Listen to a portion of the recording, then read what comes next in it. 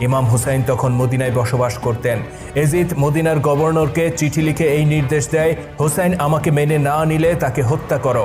মদিনার গভর্নর ইমাম হুসাইনকে ডেকে বলেন, আপনি এই কাগজে এজিদকে খলিফা হিসেবে মেনে নিয়ে লিখিত দেন এবং তাতে স্বাক্ষর করে দেন।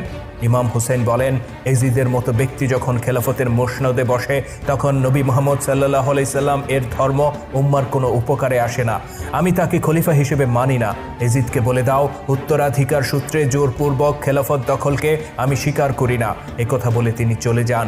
সেখানে এজিদের অনুগত সেনারা ইমাম হোসেনকে হত্যা করার জন্য তলোয়ার উন্মুক্ত করলেও মদিনার গভর্নর তাদেরকে বারণ করেন, কেননা তিনি জানতেন ইমাম হোসেনকে হত্যা করলে মদিনার জনগণ বিদ্রোহ করবে এবং তার পরিণতি হবে অত্যন্ত ভয়াবহ। এর কিছুদিন বাদেই ইমাম হোসেন মক্কায় হজ করতে যান। সেখানে মসজিদুল হারামে ইমাম হোসেনকে হত্যা করার ষড়যন্ত্র করা হয় আর হোসেনকে হত্যার দায়িত্ব দেয়া হয় বুকাইর